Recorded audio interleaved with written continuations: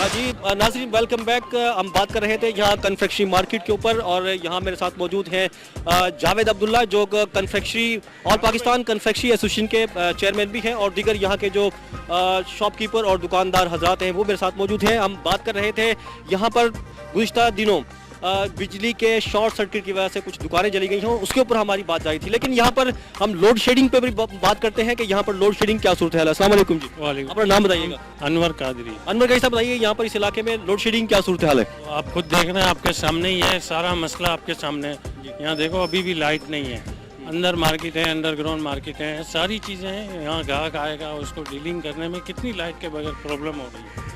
दूसरी ये बात देखें हम, लाइट हो ये दुकानदार वगैरह जितने भी हैं ना परेशान हो जाते हैं इसकी वजह से। और कोई मसला सबसे बड़ा ये है कि ये दुकानें जल गई हैं, इनका कोई पुरसाने हाल नहीं है। अब तक हुकूमत तो क्या, हमारे पास कोई नुमाइंदा आके पूछने के लिए भी नहीं आया कि हमारा बनेगा क्या। ऐसे हम जंगल के कानून में रह रहे हैं कि हमें ना पूछने वाला है, ना कोई हुकूमत है, ना हमारे कोई पुरसाने हाल है। आप खुद समझदार हो, अब इससे आगे क्या बताएं। जी जावेद अब्दुल्ला साहब ये बताइएगा, ये जो दुकानें जलाई गई हैं ये आपकी बात जो है हमने आगे कर दी है, सही है, बिल्कुल इंशाल्लाह ऑन एयर जाएगी आपकी बात ये और ये उन तक पहुंचेगी भी। लेकिन आप यहाँ पर जो है आप लोगों की तरफ एक सवाल बनता है, जब भी मतलब हमारे इवेंट्स आते हैं दुनिया भर में, अगर कोई क्रिसमस आ रहा है तो वहाँ की जो मार्केट्स होती हैं वो बाकायदा अनाउंसमेंट करती हैं, वहाँ की अशिया की कीमतें कम कर दी जाती हैं। लेकिन हमारे यहाँ होता ये है, कम करने के बजाय उसको 10 गुना 12 गुना, एक चीज़ 50 रुपए की है तो उसको 200 रुपए की इस तरह फरोख्त होती है। यहाँ पर आपकी जो जुडिशन है, यहाँ पर जो बाज़ार है, ये खजूर बाज़ार है। ख़ास तौर पे खजूर जब रमज़ान आता है तो खजूर जो है वो कई गुना कीमत उसकी हो जाती है। इसकी क्या वजह है? देखें साहब, वहाँ दुनिया भर में कहीं ना कहीं कोई मज़हब है, हमारे यहाँ कोई मज़हब नहीं है।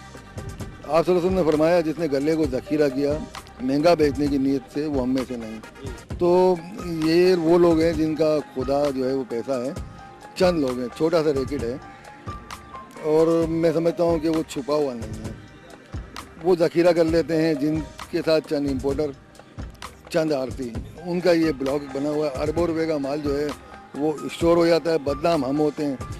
हमें तो 50 रुपया कार्टन पे मिलना होता है, 10 रुपये 5 रुपये किलो पे मिलने होते हैं। तो मैं तो आपसे तवज्जुह से रिक्वेस्ट करूंगा कि उन गोदामों पे छापे मारे जाएं और वो माल बरामद किया जाए, उनकी हौसला शिकनी की जाए, तो ये महंगाई का जो है वो सिस्टम ख़त्म हो जाएगा।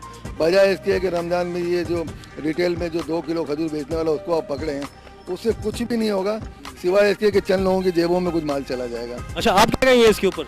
ये जो बात हो रही है खजूर, और मतलब खजूर ही नहीं, बहुत सारी चीज़ें हैं हमारे यहाँ, बहुत सारे आइटम्स हैं वो, लेकिन आपके यहाँ तो कन्फेक्शनरी और खजूर की मैं बात करूँगा उस करके। अभी देख लेना कि रमज़ान में ऐसे भी केले मिलने 30 रुपये, सही है। रमज़ान आते तो वो केले 100 रुपये हो जाते हैं। तो वो कौन होते हैं, कौन कर रहे होते हैं? ये सब बड़े बड़े जो बैठे हुए होते हैं। जी मैं बिल्कुल सही कह रहे हैं आप, केले भी होते हैं, उसमें आटा भी होता है, दालें भी होती हैं, सब चीज़ें जो है महंगी होती हैं। लेकिन मैं यहाँ जो आपकी मार्केट है यहाँ पर खजूर दस्तयाब होती है, ये क्यों महंगी होती है? हमारे यहाँ पे सारी ऑलरेडी आपको आटा, चीनी, बाल से लेकर नाखून तक के आपको सारा सामान मिलेगा। ये इतनी कदीम मार्केट है और ये मार्केट पाकिस्तान का दिल कहलाती थी। पहले पूरे कराची, पूरा पाकिस्तान भी बंद होता था ना, तो ये मार्केट आपको 24 घंटे खुली हुई, तकरीबन 18 घंटे हम यहाँ कारोबार करते थे, समझा ना। अभी देख लें कि हालात के हिसाब से भी ये होता है कि मार्केट ये खुली हुई है, बाकी सारी मार्केटें पूरा कराची बंद होता है, सही है ना। फिर भी खौफ है कि यहाँ पे ये, यहाँ पे कुछ भी नहीं है। मैं कह रहा हूँ कि आओ देखो, आप आए हो, आपको कुछ खौफ नजर आ रहा है? नहीं, मुझे तो कोई खौफ नहीं, अल्लाह का शुक्र है। दुनिया बोलती है कि यहाँ पे लड़के असला लेके चल रहे, असला लेके घूम रहे, लड़के को उठा लेते, उस दुकानदार को उठा लेते। बताएं ना किसको उठाया आपने, देखा यहाँ पे किसको उठाया, किसको उठाया? मैं तो अभी आया हूँ, मैं तो अभी तो नहीं देखा, बाद में तो बाद में भी नहीं है। आप अल्हम्दुलिल्लाह आप अभी कैमरे के साथ चलो, आप कैमरे के बगैर आओ। अगर आप किसी के हाथ में वाइपन वगैरह देखो, यहाँ पे सरकार भी लगी हुई है, कुछ भी नहीं है। मैं कह रहा हूँ कि आए यहाँ पे, अगर ताजिर आता है, सेफ्टी है, कोई दुकानदार आता है, वो खौफ से। जी आप बताइएगा सिक्योरिटी की सूरत हाल पे बताइएगा मार्केट की इसकी। देखिए, सिक्योरिटी इदारे मजबूर हैं। हम जब SHO से बात करते हैं तो वो कहता है मेरे पास 100 की नफरी है, वो भी डे एंड नाइट मिला करके। यहाँ तकरीबन 150 से ऊपर जो है मार्केट है जीरो डिवीजन के अंदर, और 200 करीब बैंक हैं और 150 पेट्रोल पंप्स हैं। तो अब मैं क्या करूँ? अब इतनी बड़ी मार्केट के लिए एक सिपाही हमको मिला हुआ है, और वो भी जो है साथ में 6 मार्केटें और भी उसको दी हुई हैं कि इनको भी सिक्योर करना है। तो वो बेचारा करेगा तो क्या करेगा? ये अल्लाह का बड़ा शुक्र है कि यहाँ पर लाइन ऑर्डर की सिचुएशन दीगर कराची की निस्बत काबू में है। हाँ, जब लाइट नहीं होती है तो रात को अंधेरे में कुछ कार्रवाइयाँ हो जाती हैं स्ट्रीट क्राइम की, तो उसका जिम्मेदार मैं केएससी को समझता हूँ कि अगर लाइट हो तो उनको ये मौका ना मिले। जी नाज़रीन, देखा आपने यहाँ पर इनका कहना ये है कि ये मार्केट जो है कन्फेक्शनरी मार्केट, ये जो है 300 साल पुरानी मार्केट है और यहाँ पर आज भी जो है वही माहौल है जो आज से 300 साल पहले था। और यहाँ पर जो अमन अमान की सूरत हाल है वो दूसरी मार्केटों के मुकाबले में कदरे बेहतर है, बेहतर नहीं है लेकिन कदरे बेहतर है। तो अभी ये बताइएगा, टैक्स जो आप लोग पे करते हैं जावेद अब्दुल्ला साहब, टैक्स मतलब देना आसान होता है आप लोगों को, ये मुश्किलात पेश आती हैं क्या? ये टैक्स ज़्यादा लगे हुए हैं आप लोगों के ऊपर, क्या कहेंगे इसके ऊपर? टैक्स जो है आप देखेंगे तो लोकल सतह पर एक सूबा सिंध का किसी ज़माने में तवाइफों पे टैक्स होता था, प्रोफेशनल टैक्स, वो भी हम पे लाद दिया गया। तो अब हमें मतलब वो तवाइफों के वो लेवल पे ले आया गया। हम वो प्रोफेशनल टैक्स भी भरते हैं, फिर एक ट्रेड टैक्स है वो भी भरते हैं। इसके अलावा एक प्योर फूड का लाइसेंस बनता है, उसके भी 1500 रुपये साल के हैं, वो भी हम भरते हैं। और पता नहीं अजीब अजीब, कभी वो छपड़ा लगा हुआ है, शटर टैक्स आ जाता है, कभी जो है वो बोर्ड लगा हुआ उसका आ जाता है। अजीब अजीब टैक्स हैं, कम अगर मैं गिनती करूं तो मेरे ख्याल में 32 से ऊपर टैक्सेस निकल जाते हैं। और साथ में जो उस टैक्स सिस्टम को जो टैक्स निज़ाम जो डील कर रहा है, तो अगर वो खास प्रोसेस से नहीं निकले तो उसकी मिकदार जो है ना, जैसे प्रोफेशनल टैक्स जो है वो 500 से लेकर के उन्होंने 4.5 लाख रुपए तक की रेंज बनाई हुई है। अब अगर 500 रुपये उसकी पॉकेट में नहीं जाएंगे तो वो 500 वाला जो है वो 50,000 रुपये आ जाएगा।